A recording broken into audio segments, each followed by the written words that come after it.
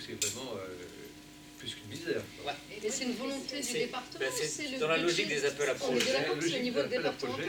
La logique de l'appel à projet, c'était mis en place par la loi NOTRe avec Roselyne Bachelot sur l'organisation. Oui. Voilà. Et en fait, l'appel à projet, c'est le conseil départemental qui va le rédiger dans son petit bureau, et qui va le diffuser à l'ensemble des associations, et puis qui va vouloir y répondre à l'un des pires appels à projet qui était sorti ici, c'était on était à 28 € pour les FJT, 35 € par jour. Ouais. 35 et personne n'avait signé. Et ça veut dire quoi du coup?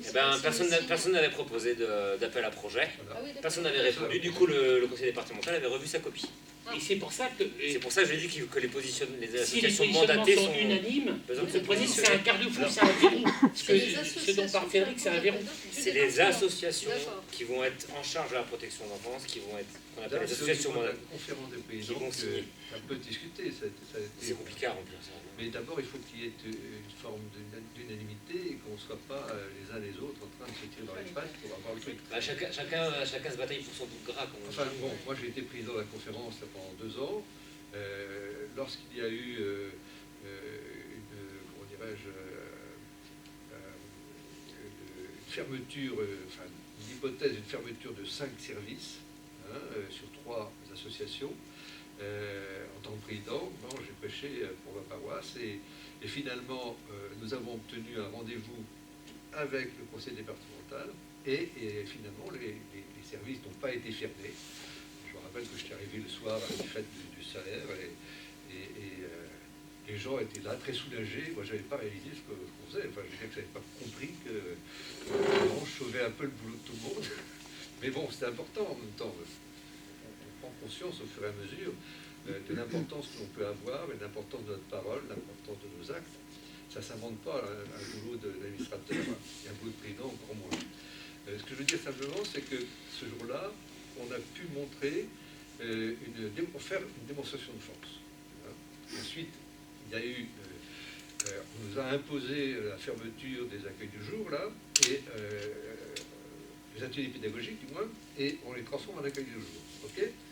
Et là, on s'est dit, mais on nous impose à nouveau quelque chose, on n'est pas des prestataires, on est des partenaires. Et le refus d'être des prestataires a fait que nous avons écrit une lettre au président Chenu, et nous avons été reçus toutes les associations, la conférence des présidents, dans la grande salle, donc, avec le président, avec Gérard Briand, avec le directeur des services, enfin, le directeur général des services, ils étaient tous là, et tout le pôle comment dirais-je, de la protection de l'enfance, et nous avons pu nous exprimer. Il y a eu un débat qui a duré plus de 2 heures, et ça a été un moment, je dirais, assez crucial aussi, parce qu'on a pu démontrer qu'on ne voulait pas se laisser faire, qu'on avait une parole qui devait être entendue. Et du coup, effectivement, on est pris en considération par le conseil départemental de manière très différente, parce qu'ils s'aperçoivent que la solidarité entre nous pour défendre certaines valeurs ou se défendre effectivement même un budget ou une façon d'être considéré a son importance et que c'est comme ça qu'on avance, c'est pas à pas. Voilà. Collectivement, on est plus fort. Moi, c'est ce qui m'a mis en grandement en difficulté sur le département de Bassin. On était le seul opérateur à travailler sur la question des MLA. Donc, comme un interlocuteur, on était constamment en face à face. Donc, à un moment donné, il y avait des points de crispation énormes. J'avais pas de collègues à côté de moi qui pouvaient m'appuyer parce que j'étais le seul à leur rentrer dedans. Alors, on s'est battu aussi, par exemple, au niveau de la préfecture du Vilaine. On s'est rendu compte, alors ça a été remonté par les éducateurs vraiment de Saint-Malo qui ont écrit une bafouille là en disant, ben voilà, tel exemple, telle lettre recommandée, ah, le dossier est perdu, pourtant on a accusé l'institution, ah non, on n'a jamais reçu, enfin bref, une mauvaise foi flagrante. Nous en avons discuté avec le président Chenu et avec Gérard Briand, là aussi le côté politique, et quelques temps après, on a dit, bon, c'est en train de s'arranger. Bon. Voilà, c'est des trucs tout bêtes, mais c'est au niveau de l'île-et-Vilaine, c'est pas au niveau de la France. Hein. On parle bien. Nous, on a été sollicités aussi. Moi, j'ai fait notamment un écrit sur tous les jeunes que j'avais accompagnés, Oui. que j'avais rencontrés. Et c'est pareil, dans notre temps de travail, moi je le fais parce que je trouve que c'est militant. On l'a demandé à tous mes collègues du CERF, on est 2 à avoir pris le temps de le faire, parce que voilà, parce que surouvert, parce que débordé, parce que... Mais c'est une réalité aussi, et j'estime que si c'est pour avoir du mieux ensuite, il faut s'autoriser à prendre ce temps-là. Bien sûr, mais c'est comme toujours, on n'a rien sans rien. Je veux dire que Par contre, Monsieur Ranou, je profite de votre présence. Il y a des personnes qui ont une expertise aussi, qui sont sur le terrain, qui sont dans la marotte sociale aussi. C'est Utopia, qui a une expertise de l'accompagnement et des invisibles. Et ça, c'est important que vous puissiez à un moment donné les rencontrer. Et il n'est pas impossible aussi que vous rencontriez, je vous ai souvent parlé de Madame Nawal Sablali, elle est en face de vous. Il n'est pas impossible qu'à un moment donné, la race puisse contractualiser sur une convention de partenariat pour l'accompagnement des jeunes MNA, parce que c'est le niveau juridique d'expertise juridique est complètement différent. C'est une décision que je peux prendre tout seul, mais bien j'ai sûr. pensé dans Ou avec le barreau de Rennes, encore mieux avec le bâtonnier, pour mobiliser des avocats de différents domaines. Parce que alors, je ne connais pas bien tout le système là, parce que c'est pas simple. Hein. C'est ça. Parce qu'il y a tout un accompagnement, effectivement. Moi, ça m'est arrivé effectivement de faire une petite facture qui avait été validée par le CERF, parce qu'il y a un moment où, quand on arrive à la majorité du jeune, il n'y a pas d'aide juridictionnelle. Tout ce qui Et là, on l'avait fait valider dans le contrat jeune majeur. On l'avait fait apparaître dans le contrat jeune majeur. Mais ça reste exceptionnel, effectivement. Et sinon, moi, je fais énormément de bénévolat, mais il y a un moment où il y a une limite aussi. Ah oui, il faut gagner sa vie quand même. Voilà. Non, mais c'est pour ça que je pense que pas à pas, on va construire des Mais ça a du choses. sens. Et c'est aussi dans des rencontres comme celle-ci que j'apprends des choses, que je peux aussi... Appuyer, avoir des arguments. Voilà, tout à fait. Et prendre la mesure de... Oui, non, mais Mais vous ne privez pas de ces rencontres-là, elles sont précieuses, elles sont salvatrices, et une convention, ça aurait complètement du sens, comme avec le réseau Ville-Hôpital sur la question de l'interprétariat et le soin. Tout à fait. C'est une question fondamentale. Sur la question des psychos et psychiatres, c'est vrai que nous, on fonctionne pour l'instant avec les psychos de la REA. Et puis plus ça va, plus on a des jeunes qui viennent solliciter. Moi, j'ai jamais vu ça sur les foyers classiques, des jeunes qui viennent adhérer aux soins et qui sont en demande. Oui. Alors le problème, c'est que les soins relèvent de l'ARS, et l'ARS, c'est pas le conseil départemental, et chacun se renvoie la balle, et que l'ARS, sur le plan du pognon, ils ont beaucoup de mal. Ceci dit, on se bat. Moi, je suis intervenu bénévolement à Coalia pour des problèmes psychiatriques chez les jeunes. Voilà. C'est un engagement, effectivement. Alors, quand on me dit ils n'ont pas de permittage, je dis mais je viens gratuitement.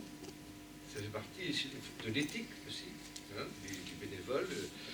Et je crois que c'est très important de pouvoir aussi intervenir comme ça de temps en temps pour soulager une équipe qui est très inquiète, paniquée parce qu'il y a une menace de mort, et ainsi de suite. Donc, on évalue.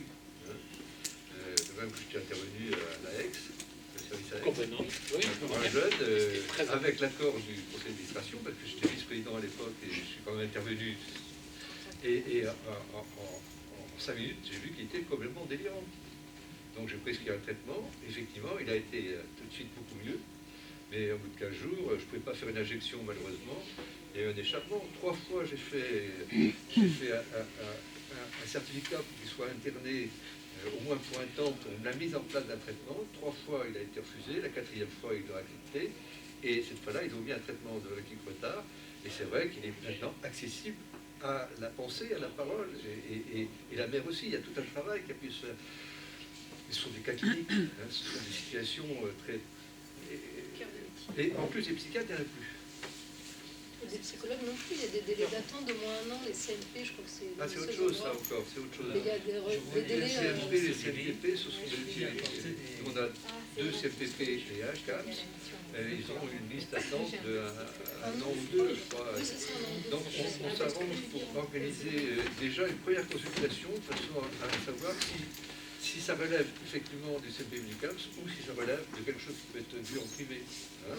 Mais donc, on s'est arrangé pour avoir comme ça que toute demande soit vue dans les 2 mois qui suivent la demande, au moins pour être évaluée. Ça aussi, c'est partie des choses qu'on a demandées. Hein. Au revoir, merci à vous. Au revoir. À bientôt. Au revoir, à bientôt. Et puis, c'est vrai que la crise du Covid n'a pas arrangé les choses. Hein. Parce que là, on a dû mettre en place aussi un de protocoles de soins, de prévention, de protection et tout ça. Parfois mal vécu, mais c'était fondamental. Donc, je pourrais vous raconter plein de choses, mais... Complètement. Tout à fait. Ben, Monsieur Ranou, vous aurez le mot de la fin. Je ne veux pas vous quitter sans saluer aussi la présence de Jean-Louis, qui a amené son témoignage de réfugié et de migrant. Jean-Louis est anthropologue et il a fait un récit autobiographique de son histoire. C'est sur la table c'est sur la table, c'est le livre, Nawaz, si tu peux dire la première de couverture. Voilà. D'accord. La vie des migrants dans la forêt de Belyounesh. Belyounesh. Le titre initial était l'hospitalité des sangliers, mais L'hospitalité des sangliers. l'éditeur n'a pas voulu, c'est pour ça que j'ai insisté quand même pour qu'il le mentionne en bas. chez l'Armatan. Parce que j'aurais pu croire que c'est un livre de sur la chasse, par exemple.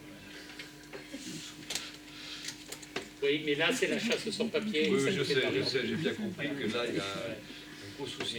Mais en tout cas, merci de votre courage politique, M. Rano. Non, Merci mais d'être venu débattre avec nous. Je repars par où Alors, vous...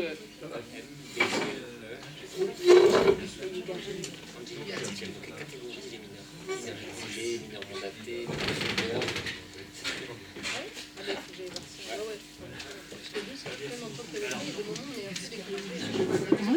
merci à tous, au revoir.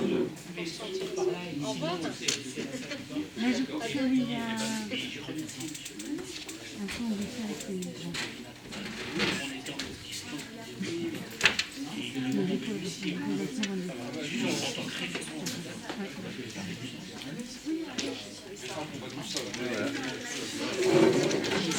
Hein?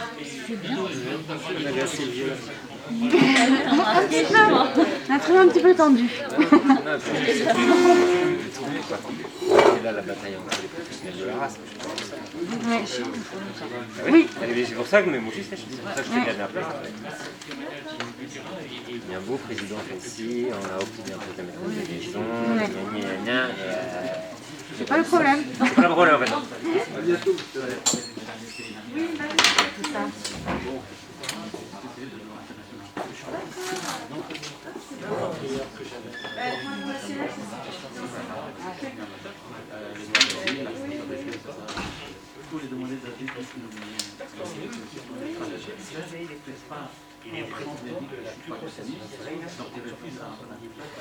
C'est le premier, c'est lui qui est introducteur et chef concernant les mineurs aliénins.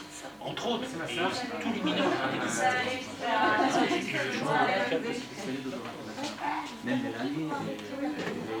Non, je fais que c'est fin 15.